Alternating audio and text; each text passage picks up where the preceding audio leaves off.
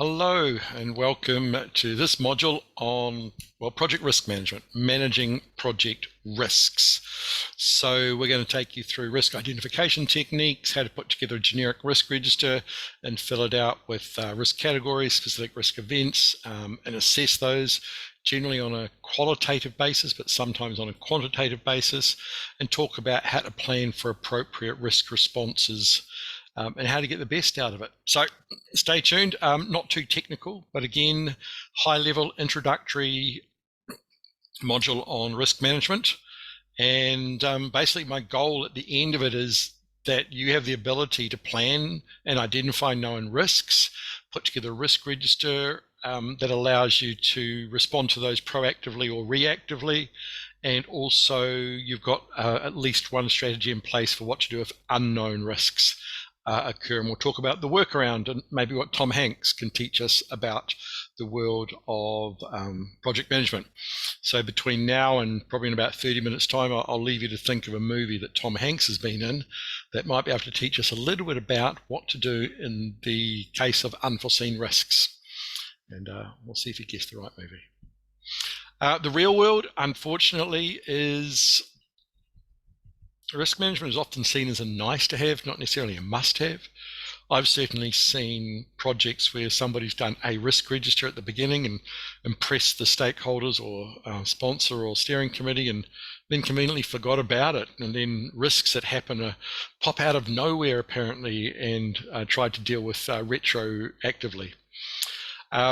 And that most people believe that the saying we have is flying by the seat of your pants is an acceptable risk strategy. I have learnt that that saying is not understood by everybody. So if flying by the seat of your pants doesn't make any sense to you, my apologies. It just means making stuff up as you go along. That's what it means. And a lot of people think that's an acceptable risk strategy. And as I said, often it's done and then just forgotten about. But not for me. As a project manager, when I'm called in to work on a project, the risk register is one of the live documents that I've always referring to, always updating, always checking it. Have we got it right? Did we assess this one properly? Have we got those responses in place proactively, or are we ready reactively? So for me, a risk register is one of those essential bits of project management to increase the chance of project success. But before we start, let's just define what we mean by the word risk. The easiest way to describe what risk is, it's simply a synonym for uncertainty. So if the word risk doesn't make any sense, you just replace it with the word uncertainty. Any uncertainty on your project could affect the outcome of it. So risk, and you want to manage that uncertainty. That's what risk management is, just uncertainty management. So the next one is going to surprise a few people, because most people think that all risks are inherently bad, and they're often called threats. But there can also be positive uncertainty on your project. There can be the chance of new technology coming along while you're doing the project that enables a better outcome. And if that's a possibility, you want to increase the chances of that happening and increase the impact if it does happen. So you do want to look at good risks. And I do want to stress this because I've had a project manager or two insist to me that risks are only negative. But no, most of them are. Humans are hardwired to find the negative more than the positive. But you should have, I like to say, somewhere between 20 and 30% of the content of your risk register is actually made up of opportunities or good risks, and what you're doing to prepare to either increase the chances of these happening, or if they do happen, increase the impact of them. So please keep that in mind. So risk is a synonym for uncertainty. And you can obviously have bad risks or threats, but you can also have good risks or opportunities that can positively impact the project. Also, everything we're going to go through in this module is aligned to both PMI's or PMBOK guide and process groups of practice guide, and also the international standard ISO 31000 on risk management as well. And I'll point out how that differs from some more specific project management methodologies when we get to it.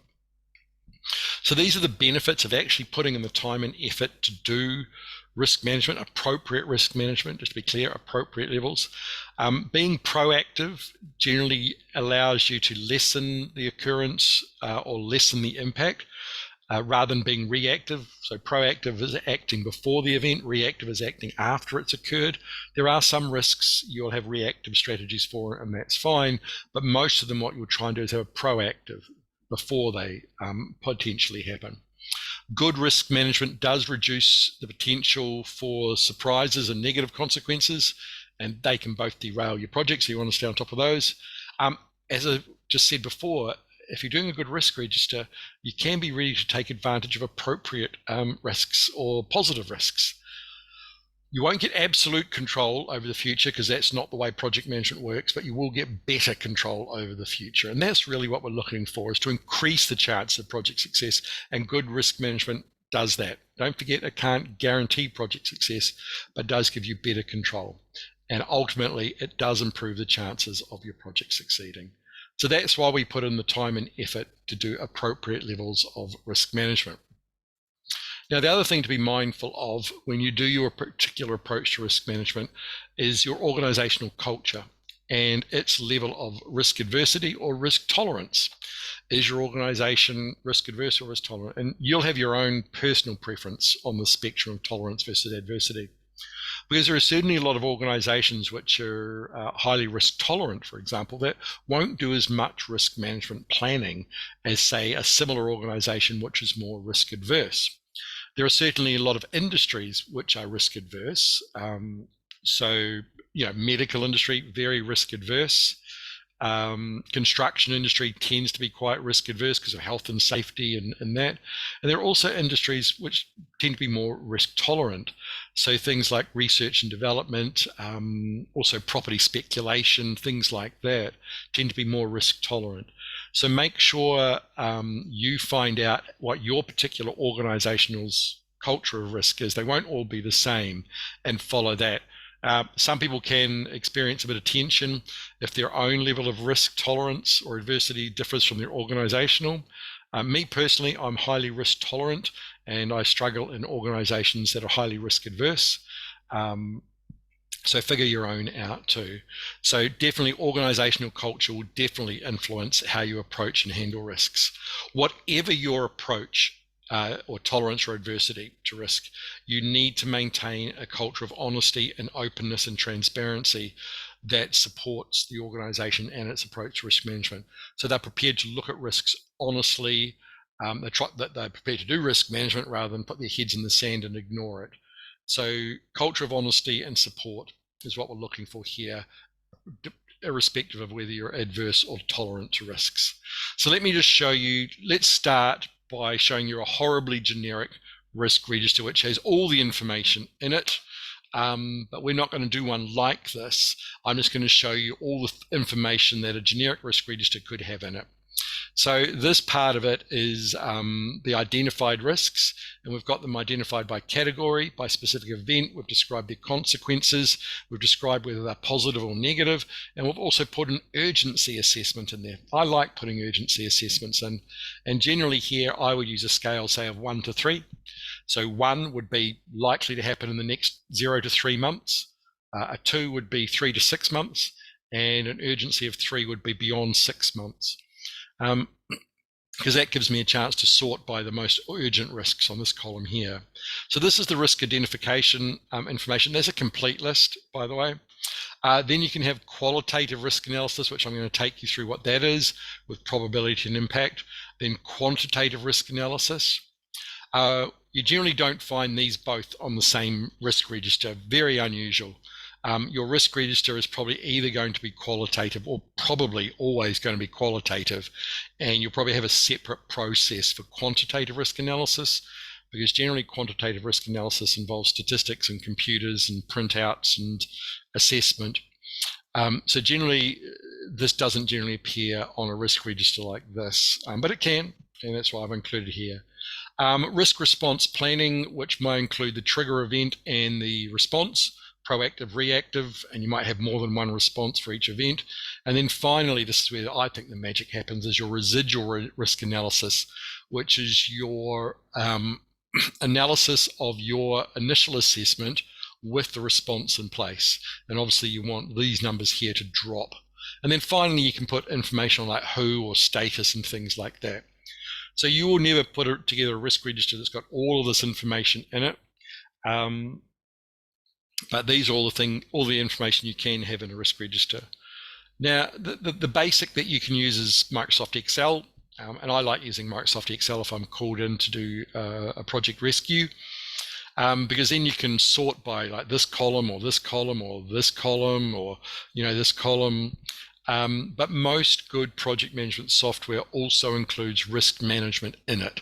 So with your particular project reporting, as well as finance reporting, schedule reporting, resource reporting, change control reporting, most good project management software will also have risk management in it as well. There are specialized bits of risk management software too. There's at-risk and a few other bits that are great add-ins to other software, and there's specialized risk management software. And then, as I said, at the bottom of it all, there is just Microsoft Excel or even a table in Word. So there's no excuse not to do a risk register because, it's easy to do, and you've probably got it available to you in some form at the moment. Okay, so that's a horribly generic risk register. I've gone ahead and just filled out one for the community library case study, which pervades our all of these modules. So this is one for that community library, that $3 million community library that you may have seen me use in some of the other modules. And here, we've got our risk categories. And again, this is horribly generic. Financial, construction, and you'd have many events in each of these categories. So we've just shown one event in each of the categories here. Certainly, I think the largest risk register that I ever worked on had 13 categories. How many is this? 1, 2, 3, 4, 5, 6, 7, 8, and there's 10. Mine had 13 categories and about 120 risks. I've definitely seen risk registers bigger than that though. So here we've just put one specific event in, just to demonstrate it. We've done qualitative assessment here. So on a scale of 1 to 5, we've assessed the probability of a 3 out of 5. On a scale of 1 to 5, qualitative analysis is given a score of 4. Multiply those two together, 3 times 4 is 12. We've got a planned risk response and residual risk analysis. And what you want is for negative risks, this score to be lower than that score, and for positive risks, you want that score to be higher. Okay, so that's the sort of thing that you may have. That's a completely appropriate risk register there. And again, your software will be doing it for you quite easily. And in terms of who should be doing this, the project manager should take responsibility and have accountability for doing this. The project team should help put it together, and you should be always asking the project team for their input on this. Okay, so that's just a very generic example of a risk register. Let's go through the steps for risk management. These are the steps that we're going to take you through and fill out a sort of risk register, another risk register with each of these as we go through, just to demonstrate the sorts of things that can happen. First step, we'll identify the risks, and this is the categories and the individual risk events within those. Then we'll perform qualitative risk analysis on all of those. We may choose to do quantitative risk analysis, and hopefully you'll see why, because it's a lot of extra work and we need specialist help to do that. Then we'll plan our risk responses, and then once we've got the risk register up and running, we'll monitor that and make sure that it's providing us with the information that we need. Okay, so let's take our first step, identifying the risks. So the way that we identify risk, it's really easy. You just ask your team. Run risk workshops. You bring them into a room, you provide some muffins and some orange juice, and you just ask for their attention in a well-run workshop.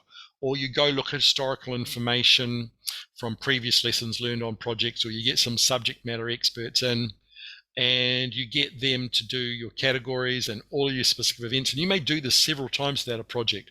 At the beginning of the project, you'll get a bulk of it done, but you might need to do it a few more times throughout the life of the project. So, do keep that in mind, but it is the team that should be putting it together. Now, in terms of your risk categories, hopefully your organization has got a standard list of categories for you. Most organizations I know do have a standard list of risk categories that are ready to go, and then you can look at specific events within each of those categories. So that's our first step, and obviously you can use information gathering techniques like strengths, weaknesses, opportunities, threats analysis, again with your team in a workshop setting. This isn't something you do yourself. The Delphi technique, you may recall that if you've already watched the module on estimating techniques. I've used the Delphi technique quite a few times for risk management. So if you recall from the estimating techniques module, the Delphi technique is a way to get information from experts anonymously, because if you just put everybody into a room and say, hey, I need your help with this risk assessment, and you've got a group of people, the people you're going to hear from are going to be the extroverts who've been there a while and are senior. You're not going to hear from the introverts who are junior or have just joined the company. So the Delphi technique is a way just to ask people, hey, I'm running a quick Delphi on these risk assessments. Will you be part of it? They'll probably come back and say, yes. Who else are you asking? You politely say that's none of your business. You don't tell them who else you're asking. You send out your questions, in this case on the particular risks and their assessment of them or their strategies or whatever else. You ask them to write back to you. You collect all the information from all the respondents. You summarize those into a table and you send them back out to everybody, obviously anonymously, no identifying information. Now the people in the Delphi can see how many other people you've asked, but not who. They're invited then to read everybody else's comments, and you ask them, once you've read these comments, is there anything about your original answer that you want to change? Look, it's a great way to get consensus and get people to consider other responses without peer pressure and bullying and things like that. Obviously, brainstorming, that's your team in a workshop with those famous muffins and orange juice. Go and ask the experts. And obviously, root cause identification. So you may look at a particular issue that you have and go, well, actually, the risk is the root cause. So we need to actually go right back and maybe use 5 whys analysis. And if you do the quality management module, you'll see the 5 whys. Basically, that means asking why around 5 times to get to the root cause. So you may say, for example, that a particular risk on a construction project might be materials supply, and it's why is that a risk? And the answer to that might be because it will hold up our construction. Why is that a risk? And you keep asking until you get to the root cause, and that becomes the risk that you want to deal with. So what we can do, if we've done our risk identification, we've done our looked at previous lessons learned, we've used our workshops, we've used these variety of techniques with subject matter experts, then we can begin to populate our risk register.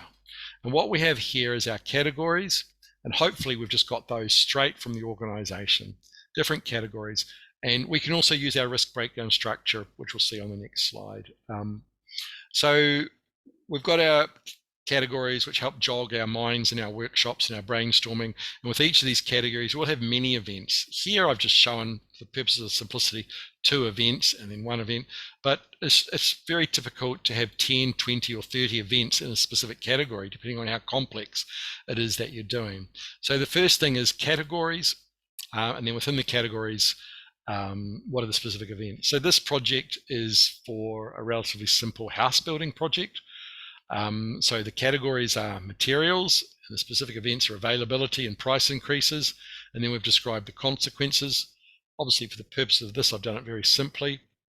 Another category is weather, and we've got major storm and dry winter. Now that's a negative and that's a positive, and if we had another column here indicating that we'd be able to put positive or negative. Personnel, consenting, scope changes. Now one thing, some of you will be going, well, where's health and safety? We never generally put health and safety onto a project risk register. I know it seems like that's where it should sit, but we generally don't, because that diminishes the importance of health and safety. So health and safety assessment uses a similar process of identification and assessment of probability and impact and having responses in that, but that's very separate, just to make sure that we treat it so important. So none of the modules that we're offering on this course cover health and safety, but you do need to know never compromise on health and safety at all. And that includes don't put health and safety on a generic risk register. It diminishes the importance of it. Because look, at the end of the day, if we have some problems with materials, we may get some costs. But if you have a problem with health and safety, somebody could be injured or worse. So my opinion is that health and safety should never appear on a general risk register. It's not to say you shouldn't use the same approaches and same tools, but you should always keep it separate just to reinforce how important it is. So that's risk identification, and now we're beginning to populate our risk register with our categories, events, and our consequences there. Now, in order to get those, we can use a risk breakdown structure, by the way. Obviously, in the defining the scope module, we talked about the work breakdown structure. And I'm pretty sure in that module I mentioned, you already know what a breakdown structure is, and we talked about the organizational breakdown structure, which is the org chart, CEO at the top, COO, CFO, whatever, then general manager, team leader, team member. And we talked about the work breakdown structure with the major deliverables, sub-deliverables, activities, work packages, things like that. So all breakdown structures look the same, and the risk breakdown structure is no different. What it does is just a nice way to give us different categories and subcategories of risk. And this is what I was saying before. This is what your organization should have somewhere, is its own risk breakdown structure. That lets you just go, well, look, we've got technical categories, external categories, organizational categories, and project management categories. Within that, we've got subcategories, and this populates the first part of your risk register with the risk identification. So there we are. That's risk identification, and that's how you do it. And it's not a one-off activity. I've got to stress this. This is something you may choose to do this every month or every other month with your team, just very quickly. Just to make sure that you've got everything and you haven't missed a category or risk events within a category as well. So that's how your risk register starts. The next step is to do some sort of assessment of how important or what the impact of that risk could be. And we do qualitative risk analysis on all risks because it's easy to do. So what we're going to do, qualitative, kind of a synonym for the word subjective. It's not quite a perfect synonym, but it just means we're using people's opinions. I've got some tools to standardize that, but generally we're using qualitative information, which is a little bit subjective on it, because there is also quantitative risk analysis, which uses numbers and calculations and statistics. So this is qualitative risk analysis. And this is what you do with your risk register here. So here we've got our risks that we've ID'd. Now we've gone through, and again, we've asked our team members or our subject matter experts. We've given them a scale, and this is called a general, what's it called? Likert scale, Likert, 1 to 5 is a typical sort of scale. You might use 1 to 10, it's up to you. I tend to use 1 to 5, 1 to 10. You don't want people arguing over 7 or 8, or I've got a table on the next slide which shows you how to deal with that anyway.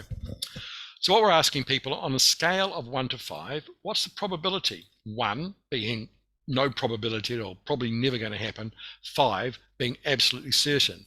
So in this case, the team has said it's a 4 out of 5, which means pretty certain. And then we've asked them, on a scale of 1 to 5, tell us about the impact. 1, if it happens, we won't even notice it. 5, if it happens, it'll destroy the project. Here they've said it's a 4. Now here we just multiply those two numbers together. 4 times 4 equals 16. Okay, now that's out of 25. So that's probably quite a high risk to us. In fact, it could only be higher if it was either 4 times 5, 20 or 25. Now I like to use Excel because I can color code and put on conditional formatting. So here I've got that programmed to turn red if it's 16 or above. So that's really good. And you see down here, here's another category, weather. Here's an event, the major storm. Now, there's only a small probability of it happening, but a very high impact. But multiply those two together, we get a 5. So we really want to pay attention to the 16 and the 12 and the 12. And maybe we don't really want to pay attention so much to the 5 and the 8 and the 6. Okay? So that's how easy it is to do. Now, it is literally done by you and your team, that magic workshop, muffins, orange juice, or talking with them weekly, getting them to check on that probability of 1 to 5 and impact of 1 to 5. Now, it is quite subjective. So what do you do if you get people going, it's a 3, and somebody's going, no, it's a 4? Well, you can offer them some guidance on that with this sort of table here. And you'll see here what I'm doing is offering people some guidance. So if people are arguing, is it a 3 or a 4? What I'm actually saying, well, actually, in terms of cost, time, scope, and quality, I've predefined what a 3 and a 4 is. So a 3 is it a 10 to 20% cost increase? or a 5 to 10% time increase. That's if it's a 3. And this is a 4. And then you have somebody go, oh yeah, no, I thought it was a 4, but it's a 3 based on the scale. So as part of your qualitative risk assessment, you will put together one of these matrices. Is that the right word? What's the plural of matrix? Is it matrices? Not matri. I'll just go with matrix, plural. You know what I mean. So that's the beauty of this. You can give some standardization to people so they're not arguing over between 1 or 2 or 3 or 4 or 5. Okay. And then the other thing you can offer people is a quick graphical representation of the risks that you're really interested in. So here for the negative risks or threats, again on that scale of 1 to 5, anything that scores a 15 or a higher, they turn red, and we really want to pay attention to those. I've got to admit that for years I've always gone like the 25 here, I would turn that purple. For some reason, it just appealed to me. Turn that purple for some reason. For some reason, it stands out. And I've been doing this for years, funnily enough. I don't know, I just decided to do it. And then I actually had a student just last year who suggested one of the reasons could be, doesn't affect me, but they did point out that between red and green for some people who suffer a form of color blindness, it's hard to see the difference.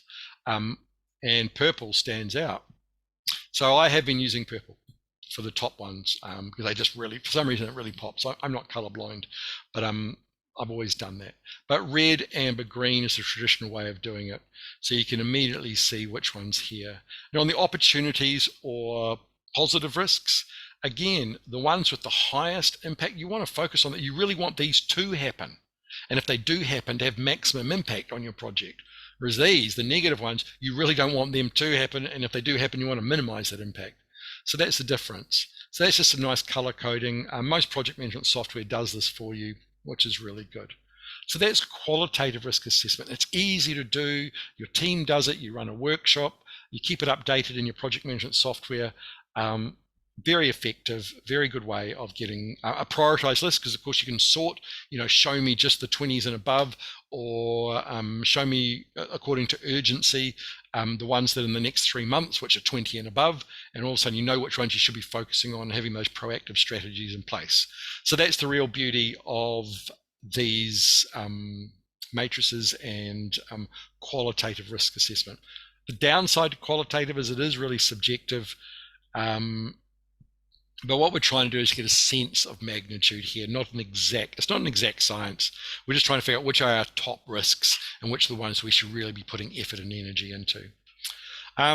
What you should be also doing, the second point there, risk urgency assessment, I've already talked about.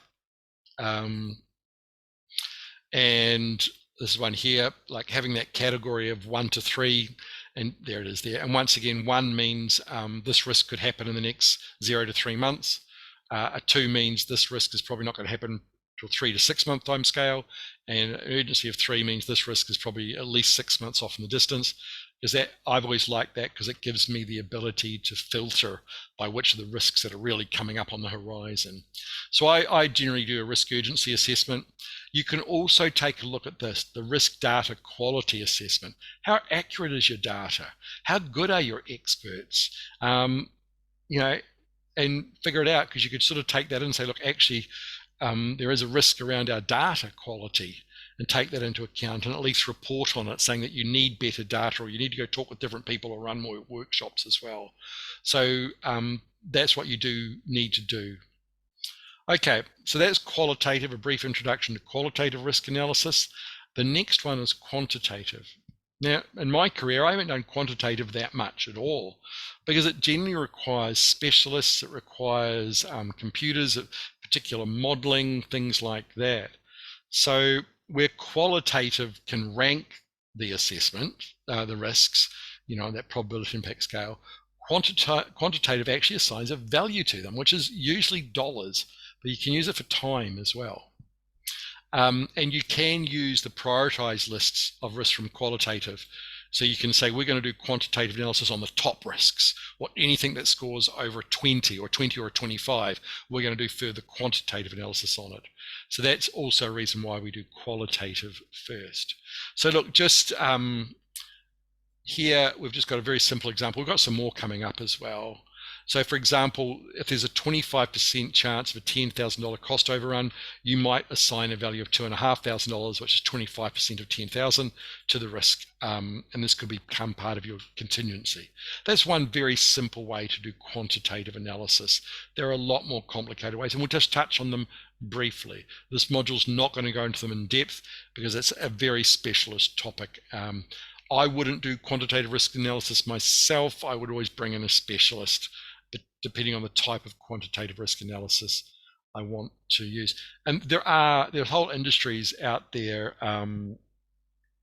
of what's the name of that profession that I'm gonna have to look it up now. That's with a risk, not auditor. I'll think of it and I'll drop it in during the module on risk. I'll think of it, but there's a whole profession out there that deals with risk. And some of the best risk people I've seen come from a highly statistical background as well. Okay, so let's take a closer look. Again, this is a very simple example. Instead of here using probability and impact on a scale of 1 to 5, what we've done this time, let's just take the storm one. Before we gave it on a scale of 1 to 5, we said there's a 1 out of 5. That's qualitative. This time, though, we might have gone to our local weather service, who might have used a supercomputer for us to actually forecast the actual probability of a major storm hitting it. In this case, it's 10%. So that took time, money, and supercomputers. And then instead of doing an impact of 5, we've actually assigned a value to it of $5,000. Using quantity surveyors as well. Oh, actuaries. That's the name of the profession I wanted to remember. Actuaries are a profession who deal with risk, and you'll find them in the insurance industry and the gambling industry, and some of the finance industries as well. So keep in mind actuaries. But here we've taken 10% chance of 5,000. We've assigned $500, just 10% of 5,000. And if you add all these up, there's that's one defensible way to get a contingency reserve. So in terms of contingency reserves, go back and have a look at the module on project costs. I think we've got 6 different ways to work up a transparent and defensible contingency reserve as opposed to just making up a number. So this is one way to do that with quantitative risk assessment. But risk assessment is not just this. Risk assessment is tornado diagrams and Monte Carlo analysis and sensitivity diagrams and decision trees. It's lots of different things. And I know that when I've had to use quantitative, we might use tornado diagrams or sensitivity analysis. The finance team will help me out to figure out which parts of the project are most sensitive to risk and to get a sense of the magnitude of that risk using quantitative risk analysis. Perhaps the most spectacular quantitative risk assessment I've ever seen was an EPMO I audited just very recently, in fact. And it was very surprising because you would not have picked that this EPMO would have been doing this. They were using full Monte Carlo analysis to figure out the order in which to do all the projects in their portfolio and on the basis of chances of success and all the risk profiles of each of the individual projects. It was a thing of beauty for a project management nerd like me. And it was just amazing. And they had a really high project success rate. But they also had somebody with a PhD in statistics driving that. And that's where that sort of speciality came from. So this what I've shown you here is just a very simple way to do quantitative. There are some other ways to do it as well. A decision tree is a form of quantitative risk assessment. And I'll just run you through this really quickly. This is you trying to decide whether you should build or upgrade a factory, and you want to do quantitative risk analysis to it. So here you've got 2 options, 2 chance nodes it's called. You can build, or decision node. You can build a new plant, build a new factory, or you can upgrade the existing plant. To build a new factory will cost $120 million because it's brand new and it's big and it's flash. To upgrade the existing plant won't cost $120 million. You'll only spend $50 million. So there we are. So how do you decide which path to follow? Well, here you use some quantitative analysis. And basically what it says is, irrespective of whether you build or upgrade, there will be a 65% chance of strong demand for your product and a 35% chance of weak demand for your product. And that holds true for either decision node. You can't affect the demand for your product by your decision to build or upgrade. Okay, so what this basically says, if you build your new plant and you spend $120 million, there is a 65% chance of strong demand, and your big new plant can generate $200 million worth of revenue.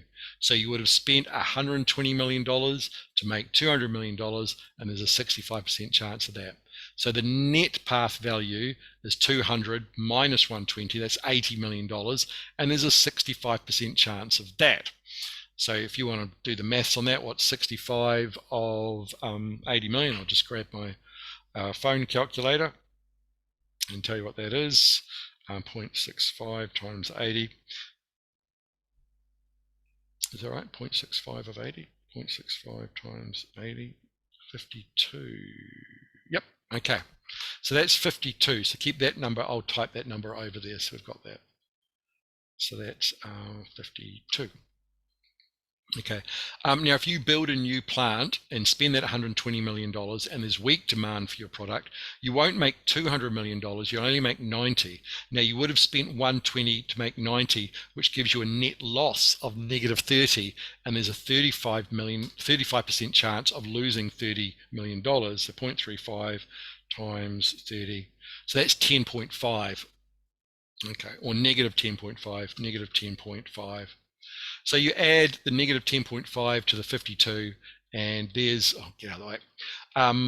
There is the chance node. So 52 plus negative 10.5, $41.5 million. So that's the expected monetary value of that decision node. Here, if you upgrade your existing plant, same things hold true. If there's strong demand, remember there's 65% chance of being strong demand. You've only upgraded the plant, so it's not as big, it's not as flash. You only spent $50 million, not $120 million. So instead of making $200 million, you actually only make $120 million with this plant. It's not the same capacity, 65% chance of that. So the net path value is you would have spent 50 to make 120, so that's 70 million, and there's a 65% chance of that. So that is 0.65 times 70. That's 45.5. Let's put that one there, 45.5.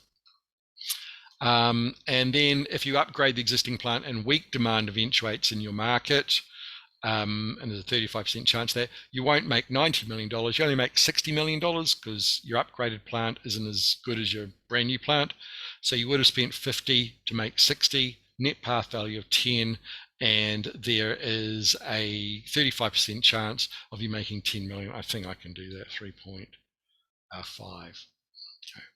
So you simply add together 45.5 and 3.5, and you get $49 million. On the basis of that quantitative assessment, you would choose to upgrade the existing plant. I know, it gets really nerdy. And that's why we're not also going to go into things like sensitivity analysis, tornado diagrams as well, because it is a lot of stats, and figuring things out takes a lot of complex things. Lots of software does this for you, so don't stress too much. If you do need to do it, just go and ask the experts. As I said, I've been teaching project management for 20 years. I wouldn't attempt to do it myself. I would get in a specialist as well. We'll quickly talk about Monte Carlo analysis. A Monte Carlo analysis just uses a supercomputer to figure out all the possible outcomes. It runs simulations like tens or hundreds or even millions of times and gets a probability of all of those outcomes, and then you can choose the most likely one. So look, the simplest example of a Monte Carlo analysis is the weather forecast that you looked at today.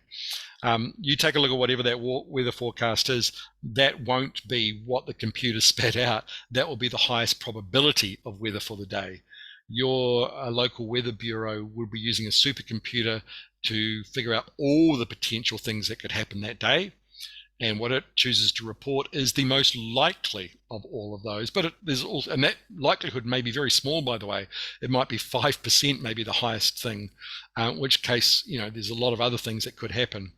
Certainly, I know where I live in New Zealand, there's no point looking at the weather forecast because it changes by the hour. I don't know why we have a weather forecast. because you just generally have to look out your window. Anyway, so that's Monte Carlo analysis. If you ever have to do Monte Carlo analysis, you need a specialist and you need a supercomputer. You need a professional to help you out. So what do you do now? You've done your risk identification. You've done qualitative risk assessment, definitely, maybe quantitative, but definitely qualitative. What you have to do now is plan each of your risk responses. Most of them should be proactive, but there are certain risks that are going to have to be reactive by their very nature. You can't plan ahead of them, very few. So you want to sit down and put on all of your things that you're going to do ahead to mitigate that risk, or I'm using the wrong word there, but to try and lessen the impact or lessen the probability of it. So there are some defined strategies you can use. For negative risks, you can choose to avoid, transfer, mitigate, or accept. And for positive risks, you can exploit, share, enhance, or accept. So let's just go through an example of each of these, say for our house build project and the weather. So our avoid strategy would be don't build during that particular storm season. Avoid the risk if possible, or relocate to another city where there isn't that weather pattern. So that's avoid. Transfer, generally this means making it somebody else's problem, and the standard way of doing this is insurance, to take out an insurance policy or chuck it into a contract so it's somebody else's problem. Mitigate, here you're trying to accept that it may occur, but if it does, you want to lessen the impact, so you want to mitigate it, or you can simply accept it. The poop happens strategy. If it happens, it just happens, we'll deal with it. Don't use the accept strategy for major risks. So that's just some examples of the strategies for negative risks. And if we take a look at our slowly growing generic risk register here, here we've got our responses planned. There we are there. But now the magic is actually, I'm going to change color here. I feel like changing color. Here. This is where I think the magic really happens in risk registers, because this is called the residual risk analysis. What you do, here's your original assessment of it, there. Here's your response. Now what you do is you take a look at your analysis again, but with the response ready to go. So in this case here, our materials availability causing delays, a probability of 4 out of 5 and an impact of 4 out of 5. We're going to place orders early in stockpile so we can reduce the probability from a 4 to a 1, and we can reduce the impact of a 4 to a 2. So in fact, we've dropped our risk down from a 16 down to a 2. That's magnificent. Highly unlikely too, but quite magnificent. You know, and I certainly know of a lot of steering committees out there that won't let projects proceed until residual risk analysis, say in this case, they might say all risks need to be below 15 on residual risk analysis. And certainly, so for example, if your risk response didn't lower this, you'd have to ask, why bother? Or if it only lowered it from an 8 to a 7, you'd have to go, why bother? Okay, so that's why you want residual risk analysis. And again, your team will do it with quantitative or qualitative risk assessment. Now, maybe you've noticed this one here that's gone from a 6 to an 8. That's actually good, because this is a positive risk. Chance of dry winter. Now, the interesting thing is, we can't change the probability. Definitely can't. We can't affect the weather. But by monitoring the weather and scheduling more building time during weather, dry weather, we can change the impact from a 3 to a 4. So we can lift it from a 6 to an 8. So with negative risks, we want these scores to go down. For positive risks, we want these scores to go up. So there we are. Now, that's the magic of risk registers. And once they're done, you should be checking them very regularly. At the beginning of the project, you might be checking them every 2 weeks. Or every week, certainly at the beginning of the project. And then as the project moves along, it might move to 2 weeks and 3 weeks. And then as you get towards the end, because of course time passes, and if you've passed winter, these are all closed. So you'll actively be taking things and closing them. So your risk register will get smaller. Yes, you'll add things on throughout the life of the project as you become aware of them, but generally over time your risk register will get smaller and smaller and smaller, because you'll close risks as that particular horizon for the risk disappears. Okay, so now what happens if you've done all this magnificent work and something unexpected happens? Because it does. We're not perfect at forecasting everything. And I challenged you right at the beginning of this module to think of a movie by Tom Hanks that features a great example of this, the workaround. Have you thought of the movie? I know what you're thinking, Castaway or Captain Phillips or Forrest Gump or, oh God, the list goes on and on and on. No, the movie I'm thinking about is actually Apollo 13. And if you watch that movie, if you've seen it already, it's getting a bit old now, but it's about one of the early missions to the moon, 3 men on the way to the moon, and during a routine maintenance or operational procedure, there's an explosion in an oxygen tank and oxygen is leaking out into space, and the immortal words, "Houston, we have a problem." And obviously Tom Hanks is playing the commander on board there. If you watch the movie, you'll see that back at NASA Mission Control, they pick up their all these documents which outline all their procedures on what they're supposed to do when a particular event happens. And if you watch that movie, you'll see that they're frantically going, what do we do in this case? What do we do when an oxygen tank has a hole in it? Things like that. And they find that they have not anticipated this risk. So what you see happen next is a perfect example of a workaround. The mission controller, was it Ed Harris? See the mission controller? I have to look this up, won't I? He locks the engineers all in a room and says nobody gets out of this room until you figure out how to get those astronauts back home. And he dumps on the desk everything that the astronauts have on board the spacecraft, the tools and the spacesuits and the different things that they have to play with. And it works out okay at the end, barely. Actually, do go and read that. It was I don't think the movie portrayed just how serious that was. So do go and read about that particular incident, because it's a great example of NASA's approach to risk management. And yeah, so the workaround is what happens when risks appear that we just didn't think about or could have reasonably foreseen or planned for. It's a temporary solution to get you around the problem right then and there. The workarounds that I've had have literally just been phone trees, and I've needed them on one project, by the way. I've done, as I said, I probably introduced myself and told you that I've done, IT projects and construction projects and lots of different. One particular construction project that we worked on, big construction project, we'd worked for months beforehand on the risk register for a particular piece of work that we were doing. We only had 5 days to do this bit of work that we really needed 2 weeks to do, but for various reasons we couldn't have the 2 weeks. We could only have 5 days, and we spent 3 months doing all the risks, doing as much as we could, and managed to get a strategy where we could do the work in 10 days, in 5 days, sorry. But we also had a strategy for what happens if we didn't finish in 5 days. We had these massive steel plates ready to go. We could cover the construction site and come back a week or so later. We'd thought we'd spent so much time, but we started the construction and we discovered something we had not even thought about. And the simple workaround was the team on site had a list of phone numbers, mine and the project managers and the chief engineers, to ring. And that was our workaround. So your particular workaround is just your text that says to people, if something happens that we haven't got document on the risk register, please do this. And it can be as simple as a phone list, or it can be specific processes and procedures. So please have some documentation on the workaround. What happens if something happens that's not on the risk register? And now that you've got your risk register done, what you want to do is you're always looking. It's a live document. It's not something you do once at the beginning and forget about.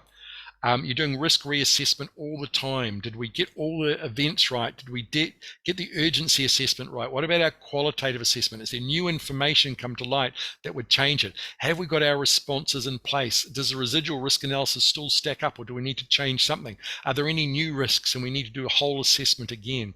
So you're always doing risk reassessment continually. That's the beauty of it.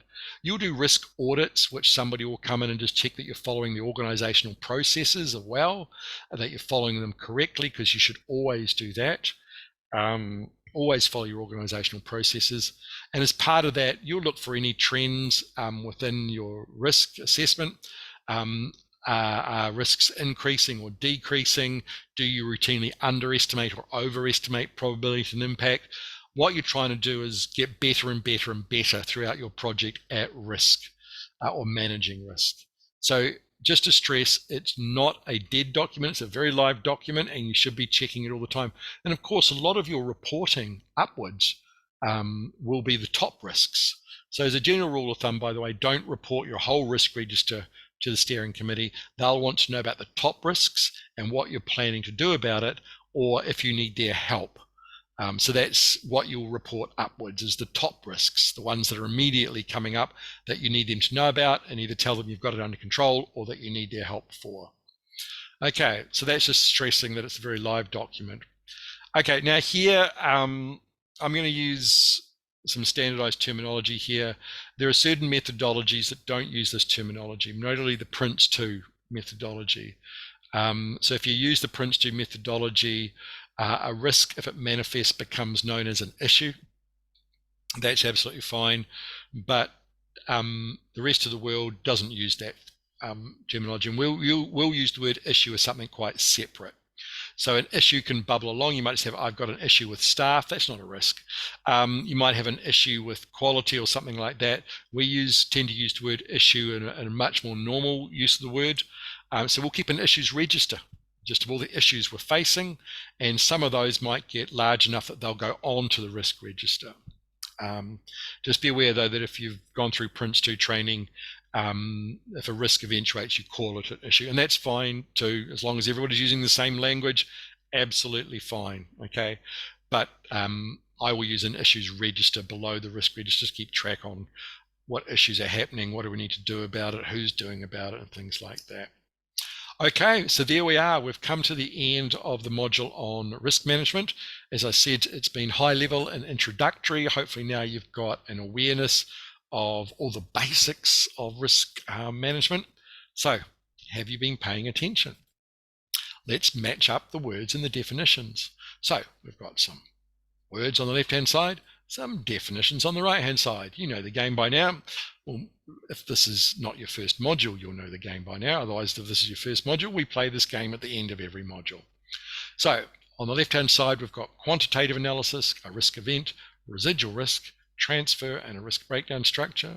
On the right-hand side, we've got A, a way of assigning actual known risks to the analysis of risks. Option B, a diagrammatic way to show the decomposition of risk categories.